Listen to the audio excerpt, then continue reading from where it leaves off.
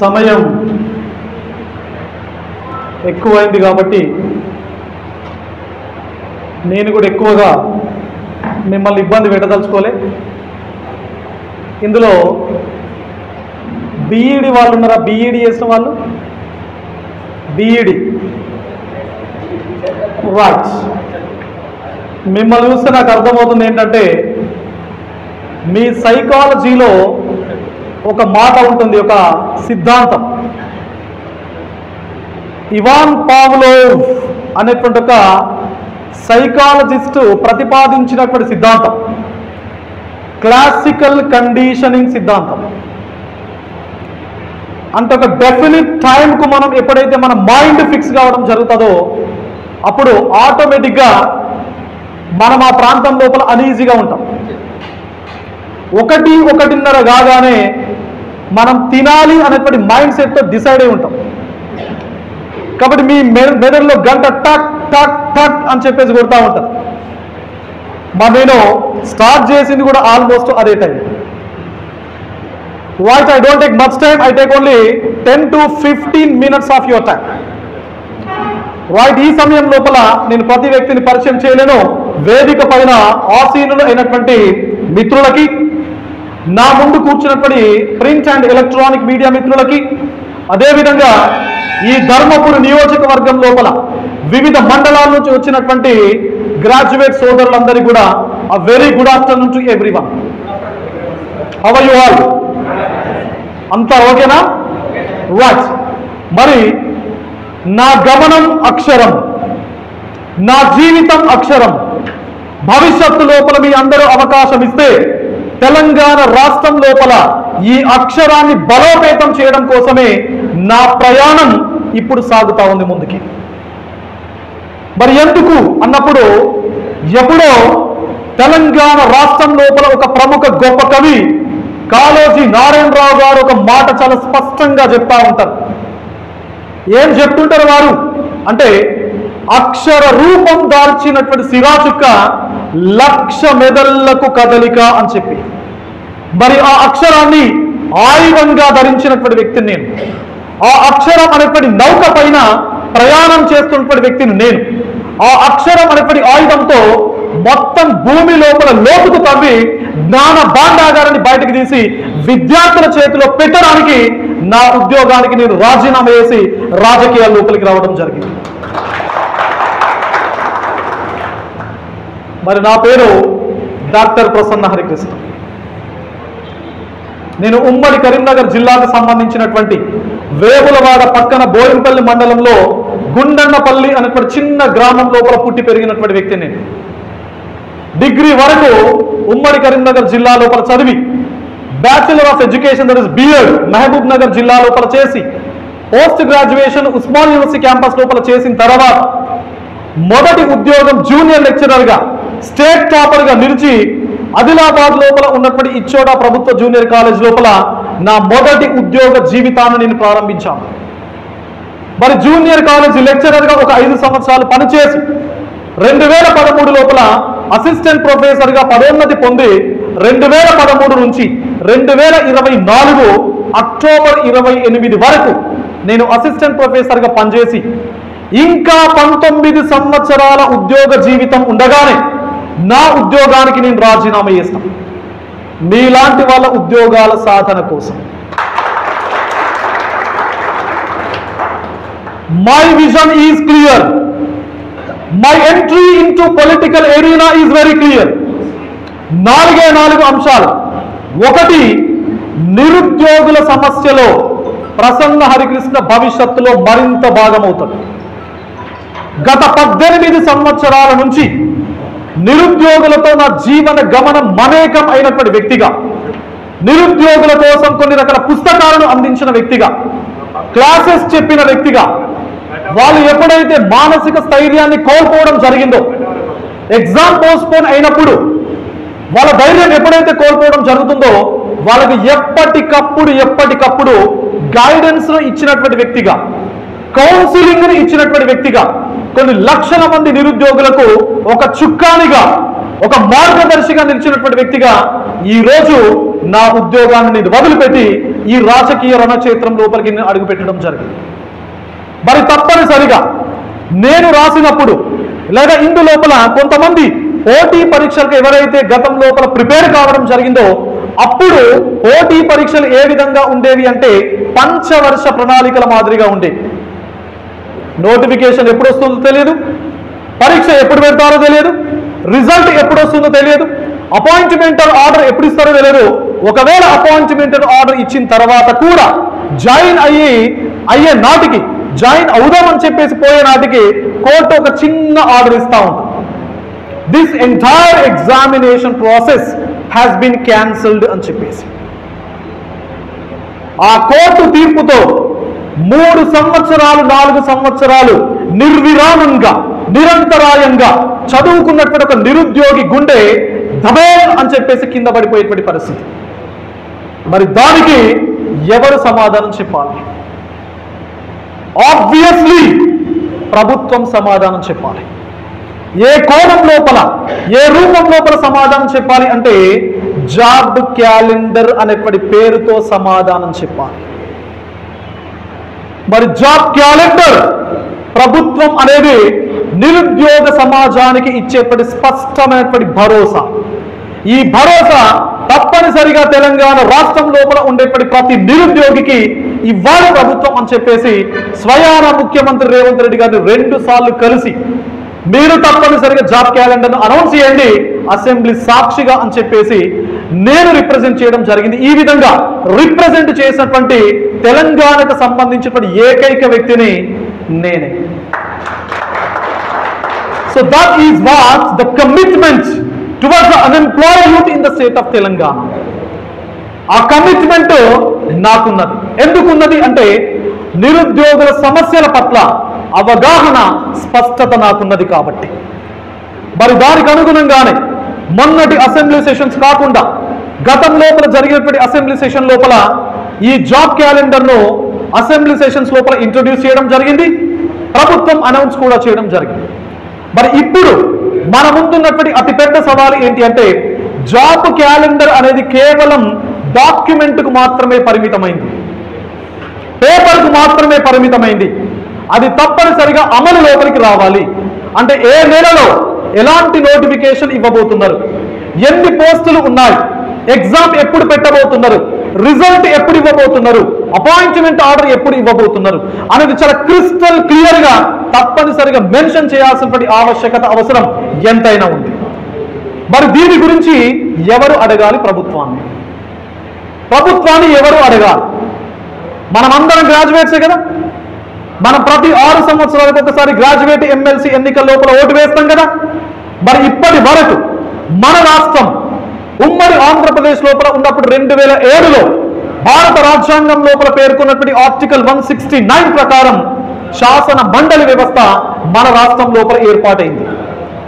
మరి ఈ శాసన మండలి వ్యవస్థ ఏం చెప్తుంది అసలు అంటే వివిధ రకాల రంగాలకు సంబంధించినటువంటి నిష్ణాతులు ఎవరైతే ఉంటారో, ఫర్ ఎగ్జాంపుల్ స్థానిక సంస్థల లోపల ఎవరైతే నిష్ణాతులు ఉంటారో వారిని లోకల్ బాడీస్కి ఎమ్మెల్సీగా రిప్రజెంటేషన్ ఇస్తూ ఉంటాం. టీచర్ల సమస్యలను ప్రభుత్వం దృష్టికి తీసుకెళ్లే నిష్ణాతులు ఎవరైతే ఉంటారో వారిని టీచర్ ఎమ్మెల్సీగా ఎంపిక చేయడం జరుగుతూ ఉంటుంది. మరి పట్టభద్రుల కోణం లోపల పట్టభద్రుల సమస్యలను ప్రభుత్వం దృష్టికి ఒక నిర్మాణాత్మకమైనటువంటి రీతి లోపల తీసుకెళ్లేటువంటి పదవే పట్టభద్రుల ఎమ్మెల్సీ పదవి. మరి 4 ఎలక్షన్స్ జరిగా 2007, 9, 13, 19 నలుగురు గెలిచారు.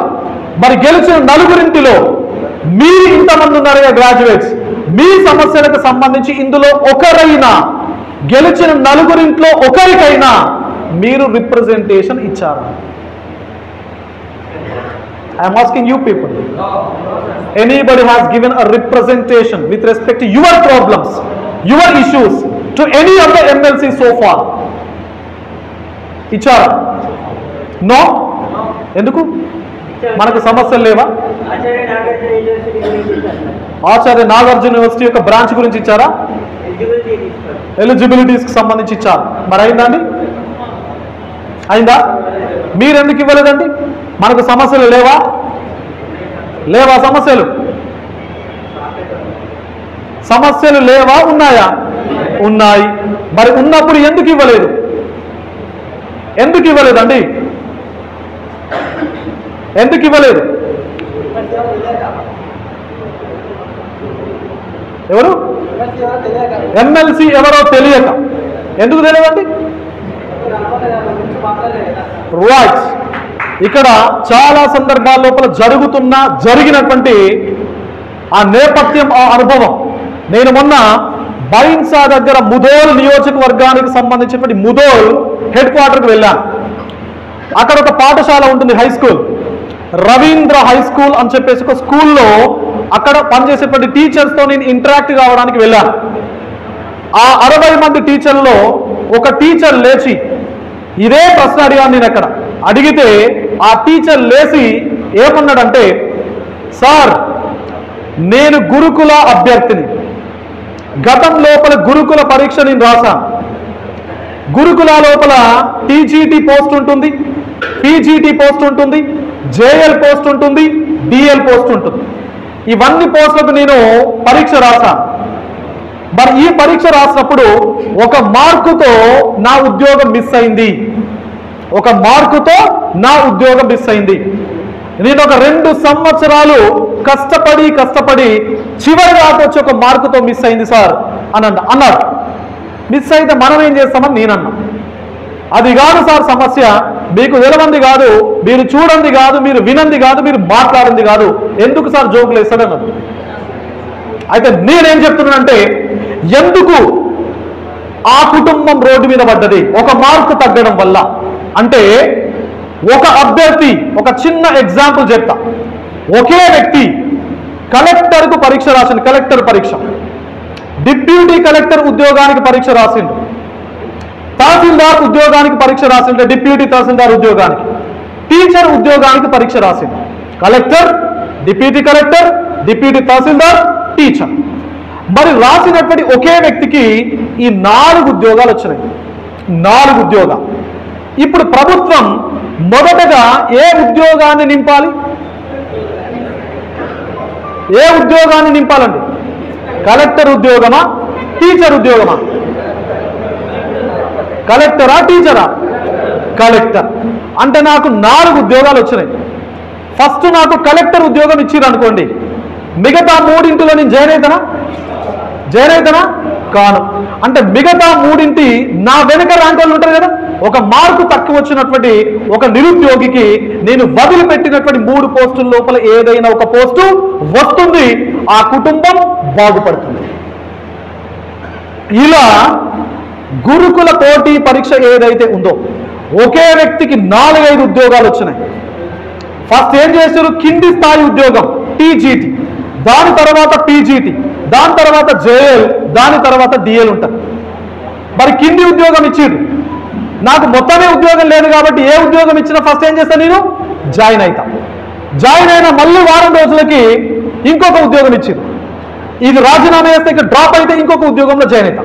ఇట్లా ఇవ్వడం వల్ల 4 ఉద్యోగాలు కొట్టినటువంటి ఒక వ్యక్తి 4 జాయిన్ కావడం వల్ల చివరికి డిగ్రీ లెక్చరర్ ఉద్యోగంలో జాయిన్ కావడం వల్ల 3 పోస్టులు వేకెంట్గా మారిపోయాయి.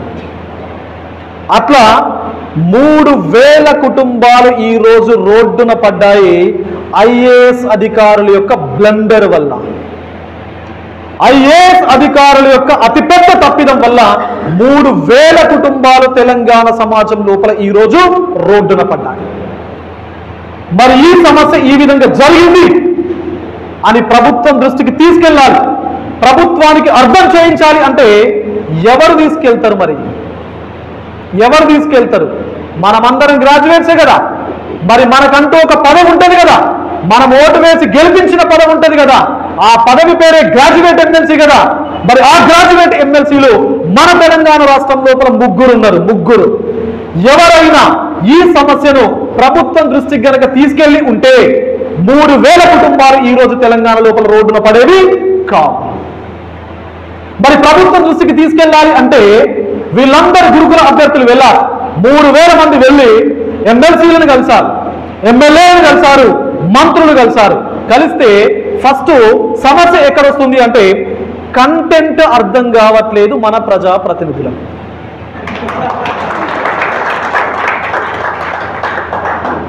కొంతమందికి అసలు కంటెంటే లేదు, కొంతమందికి కంటెంట్ లేదు, కొంతమందికి కంటెంట్ అర్థం కావట్లేదు, కొంతమందికి అర్థమైన దాన్ని ప్రభుత్వం దృష్టికి తీసుకెళ్లి ప్రభుత్వానికి ఏ విధంగా కన్విన్స్ చేయాలో అనేటువంటి ఎబిలిటీ లేదు. But this is Prasanna Harikrishna. This is Prasanna Harikrishna. I have huge contents. Topic, whatever the topic you can take to me, I can talk. I can address on each and every content, irrespective of the different departments or different wings. నాకు మాట్లాడేపడి శక్తి ఉంది. కూర్చున్నప్పటి ఎదుటి వారిని convince చేసి వాళ్ళకు reach అవుతాయి, వాళ్ళని మెప్పించేపడి శక్తి నాకున్నది. మరి ఇలాంటి ఎబిలిటీ లేకుండా ఇప్పుడు రాజకీయాల లోపలికి ఎవరు వస్తుర్రండి? 2007 నుంచి 2025 వరకు మీ ఓట్లు వేసి వేసి వేసి మీరు ఓటింగ్ మెషిన్లుగా మారిపోయారు మీరంతా కూడా.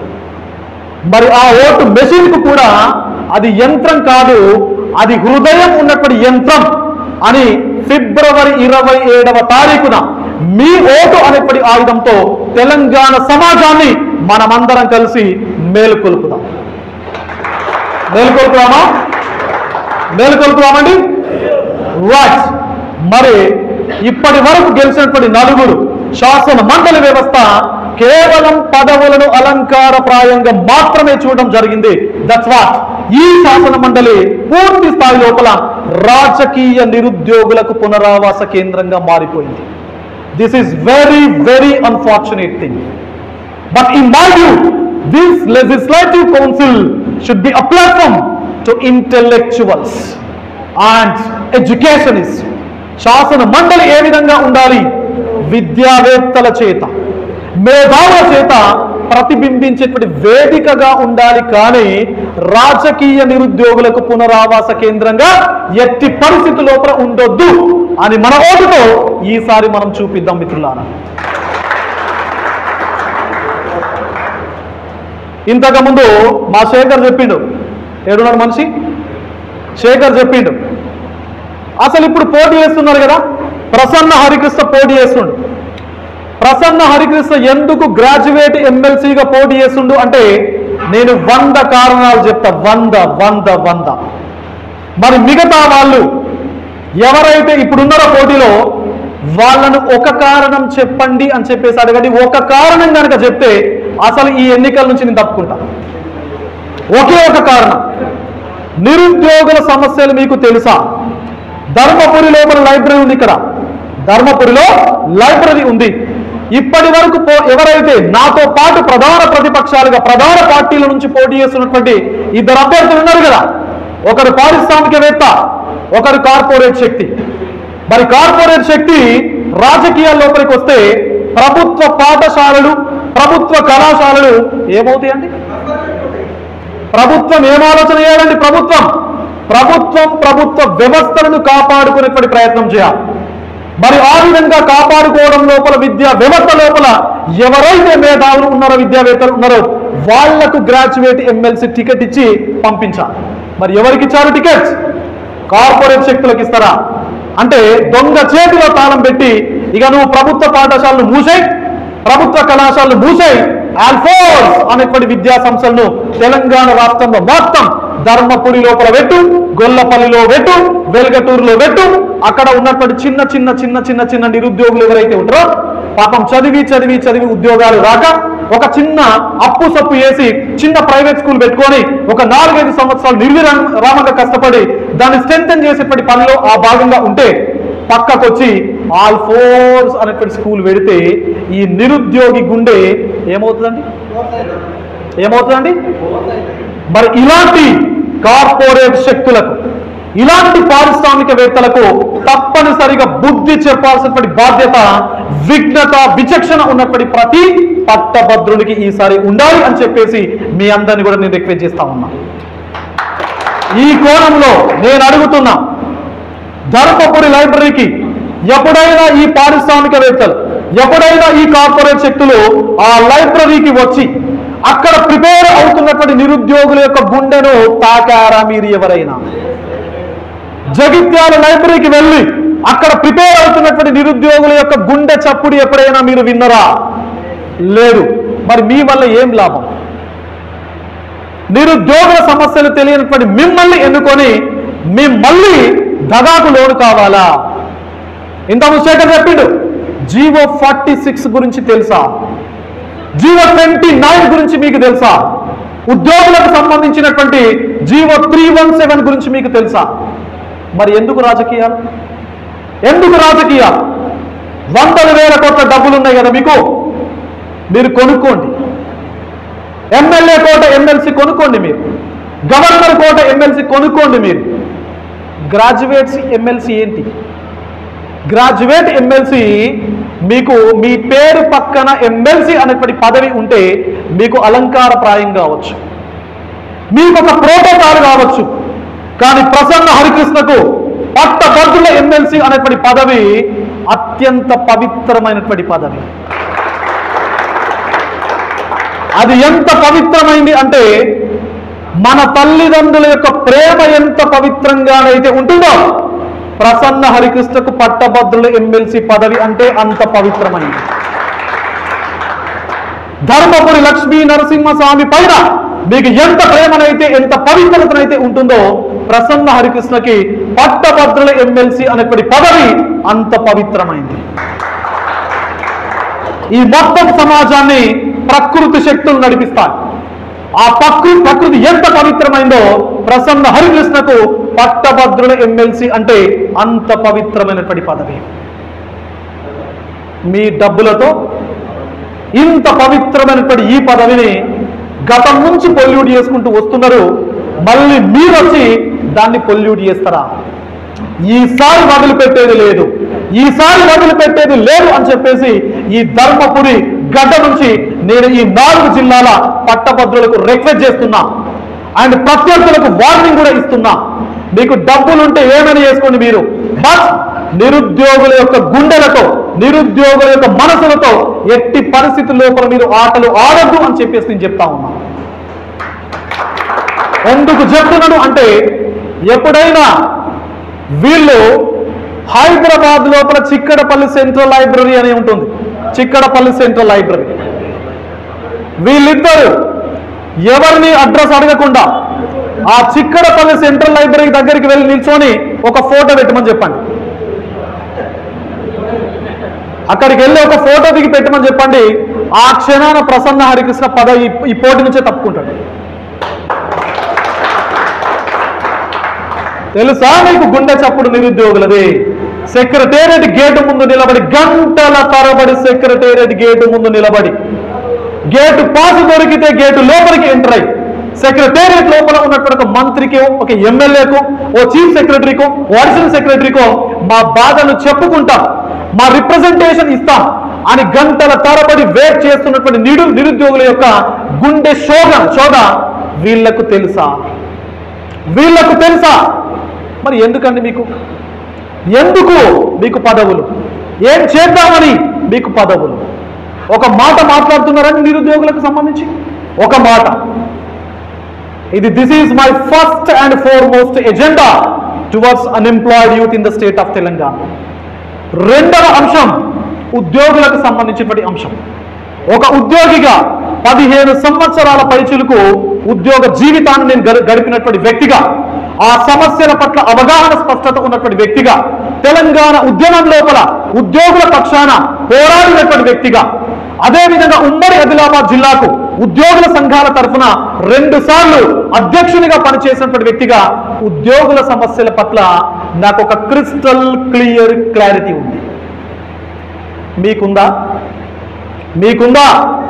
మీ దగ్గర పనిచేసేటువంటి ఉద్యోగులకు హార్ట్ అటాక్లు వస్తున్నాయి. మీ టార్చర్ వల్ల, మీ ప్రెషర్ వల్ల హార్ట్ అటాక్లు వస్తున్నాయి. ఈరోజు పొద్దుగా లేచి ఏం చేస్తున్నారంటే స్టేటస్లు పెట్టాలి. అన్ని రకాల అన్ని వైపుల నుంచి ఆల్ ఫోర్స్ దాని స్టేటస్ పెట్టాలి. అంటే అక్కడ పనిచేసేప్పటికీ ఉద్యోగులందరూ పాపం స్టేటస్ పెట్టాలి. మరి ఆ ఉద్యోగులు స్టేటస్ పెట్టిర్రా లేదా అని చెక్ చేయడం కోసం ఇంకో ఉద్యోగులు పెట్టింది. ఆ పెట్టిన ఉద్యోగి యొక్క డ్యూటీ ఏంటంటే పొద్దుగాల లేవడంతోనే అందరు స్టేటస్లు పెట్టిరా లేదా చెక్ చేయాలి, మళ్ళీ సాయంత్రం అందరు స్టేటస్లు పెట్టిరా లేదా చెక్ చేయాలి. ఏందండి దౌర్భాగ్యం? స్టేటస్లు పెట్టడం, ఎఫ్బి లోపల పోస్ట్ చేయడం, ఇన్స్టా లోపల పోస్ట్ చేయడం గుండె లోతుల్లో నుంచి రావాలి. ప్రేమతో పెట్టాలి, అభిమానంతో పెట్టాలి, ఆప్యాయతో గెలవాలి. ఒక మనిషి యొక్క గుండెను ప్రేమతో తట్టాలి, అభిమానంతో తట్టాలి. కానీ ఫోర్స్ఫుల్గా తడితే అది ఎంతకాలం కొట్టుకుంటుందండి? గుండె కొట్టుకుంటుందా? అది ప్రశాంతంగా స్వేచ్ఛగా కొట్టుకుంటుందా? నో. కాబట్టి ఉద్యోగుల సమస్యలు తెలిసిన వ్యక్తిగా ఈరోజు నేను మీ ముందుకు వచ్చాను. ప్రభుత్వ ఉద్యోగుల సమస్యలు ఒక రకంగా ఉంటే ప్రైవేట్ ఉద్యోగుల సమస్యలు మరొక రకంగా ఉంటాయి. నేను ఇంతకుముందు కూడా జగిత్యాల లోపల చెప్పాను, ఏ ఉద్యోగైనా ముఖ్యంగా ప్రభుత్వ ప్రైవేట్ ఉద్యోగులకు సంబంధించి రెండు ప్రాథమిక అంశాలు కావాలి. ఒకటి ఉద్యోగ భద్రత, రెండవది ఆరోగ్య భద్రత. ఈ రెండు కనుక ప్రైవేట్ ఉద్యోగులకు ఇస్తే వాళ్ళు ఇంకేం కోరుకోరండి ప్రపంచంలో, ఏం ఆశించరు కూడా ప్రపంచం లోపల. కాబట్టి ఈ రెండింటి పైన ప్రసన్న హరికృష్ణ యొక్క గొంతు శాసన మండలి వేదిక పైన ఎక్కడ కాంప్రమైజ్ కాకుండా, ఎక్కడ డీవియేషన్ డిస్ట్రాక్షన్ లేకుండా గర్జిస్తుంది అని చెప్పేసి ఇక్కడ నుంచి మీ అందరికీ నేను చెప్తాను. అండ్ మూడవ అంశం ఏంటి అంటే, నేను బేసిక్గా టీచర్ అండి. Teachers, we the nation builders. మేమేనండి జాతి నిర్మాతలు.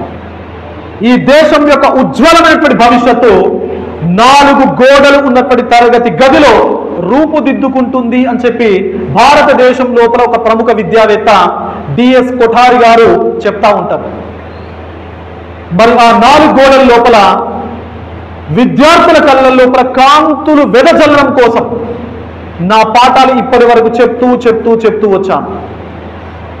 మరి చాక్ పీసులు పట్టుకున్నప్పుడు ఈ చేయి, ఈ వేలు భవిష్యత్తు లోపల మీ అందరూ అవకాశం ఇస్తే తెలంగాణ చట్టాలను రాయాలనుంది ఈ చేతులు. ఇస్తారా అన్నా? మై డియర్ బ్రదర్, ఇస్తారా అన్నగారు? ఇస్తారా ఇవ్వరన్నా?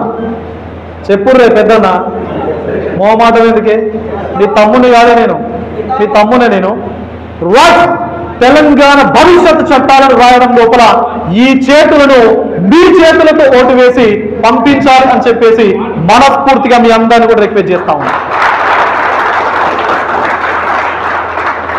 దెన్ ఫైనలీ ఇంకొక మాటతో నా ఈ ప్రసంగాన్ని ముగిస్తాను. 4వ ముఖ్యమైనటువంటి అంశం, మా సోదరి మనలు ఉన్నారు ఇక్కడ, మహిళా సాధికారత. So women empowerment is given more priority in my manifesto, because without women there is nothing in the world. మహిళలు లేకపోతే ప్రకృతే లేదు, మహిళలు లేకపోతే అసలు ప్రపంచమే లేదు. ఉందానా? ఉందా? మరి అలాంటి మహిళలను మనం కేవలం కిచెన్ గదికి మాత్రమే పరిమితం చేయదు మై డియర్ ఫ్రెండ్స్. వాళ్ళ యొక్క రెక్కలను మనం విస్తరించేలా చేద్దాం, వాళ్ళకు స్వేచ్ఛ ఇద్దాం, వాళ్ళను ఆకాశంలో ఎగిరేలా ప్రోత్సహిద్దాం. ఆ విధంగా ప్రోత్సహించడానికి, అన్ని రంగాల్లో ప్రోత్సహించడానికి, సామాజికంగా, పారిశ్రామికంగా, ఆర్థికంగా, విద్యాపరంగా, వైద్యపరంగా అని చెప్పి మీ అందరికీ కూడా నేను చెప్తా ఉన్నాను.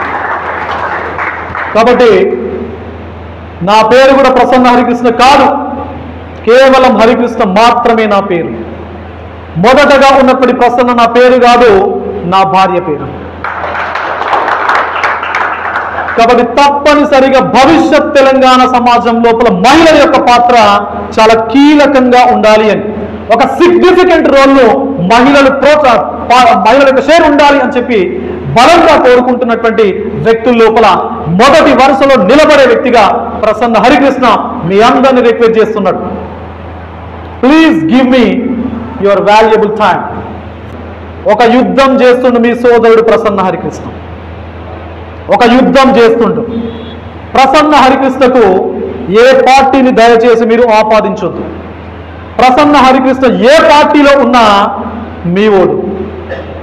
ప్రసన్న హరికృష్ణకి ఏ పార్టీని మీరు ఆపాదించకుండా మీ సొంత బ్రదర్ లాగా భావించి మీ విలువైన ఓటును ప్రసన్న హరికృష్ణ యొక్క 3వ నంబర్ పైన, మనకు వచ్చినటువంటి నంబర్ 3, మీకు బ్యాలెట్ పేపర్ పైన 3rd నంబర్ ఉంటుంది. ఆ 3rd నంబర్ పక్కన ప్రసన్న హరికృష్ణ పేరు ఉంటుంది. దాని పక్కన నా బొమ్మ ఉంటుంది. దాని పక్కన ఒక గడి ఉంటుంది. ఆ గడిలో నంబర్ 1 అని మీ మొదటి ప్రాధాన్యత ఓటును వేసి శాసన మండలికి పంపించండి.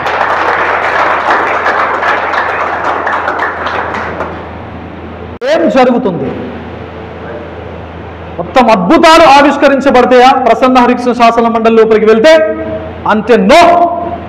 But there should be a significant transformation in the state of Telangana. That is for sure. తప్పనిసరిగా తెలంగాణ సమాజంలో, తెలంగాణ రాజకీయాల లోపల ఒక సిగ్నిఫికెంట్ పరివర్తనం అనేది జరుగుతుంది. ఎలా? ప్రసన్న హరికృష్ణ శాసన మండలిలో అడుగుపెట్టిందంటే ఇక్కడ చాలా మంది యువకులు కూర్చున్నారు. మీ అందరికీ ఒక నమ్మకం, ఒక హోప్ ప్రసన్న హరికృష్ణ మీ సోదరుడిస్తాడు. అంటే 100,000 కోట్ల డబ్బులు ఉంటేనే రాజకీయాల లోపల గెలవరు. సమాజం పట్ల అవగాహన, సామాజిక స్పృహ, సమాజానికి ఎంతో కొంత సేవ చేయాలి అనేటువంటి తపన ఉంటే, ఆ కమిట్మెంట్, ఆ విల్ పవర్ ఉంటే, ఆ కంట్రిబ్యూషన్ ఉంటే ఎవరైనా రాజకీయాల లోపల గెలుస్తారు అని ప్రసన్న హరికృష్ణ మీ ఓట్లతో నిరూపిస్తాడు. బడుగు బలహీన వర్గాలకు ఒక ప్రపోర్షనల్ రిప్రజెంటేషన్ ఉంటుంది చట్టసభల లోపల అని ప్రసన్న హరికృష్ణ మీకు నిరూపిస్తాడు. అంటే వాటి గురించి ఎక్కడ పడితే అక్కడ, ఎప్పుడు పడితే అప్పుడు మాట్లాడుతూనే ఉంటాడు ప్రసన్న హరికృష్ణ. తెలంగాణ సమాజాన్ని ఎప్పటికప్పుడు చైతన్యం చేస్తూనే ఉంటాడు ప్రసన్న హరికృష్ణ మీ సోదరుడు. మరి చైతన్యం చేద్దామా? తెలంగాణ సమాజాన్ని చైతన్యం చేద్దామా? రకరకాల గ్రామాల నుంచి, మండలాల నుంచి వచ్చినటువంటి మీ అందరికీ కూడా పేరు పేరున ప్రత్యేకమైనటువంటి కృతజ్ఞతలు, ధన్యవాదాలు తెలుపుకుంటూ ప్రతి ఒక్కరికి thank you very much. Thank you.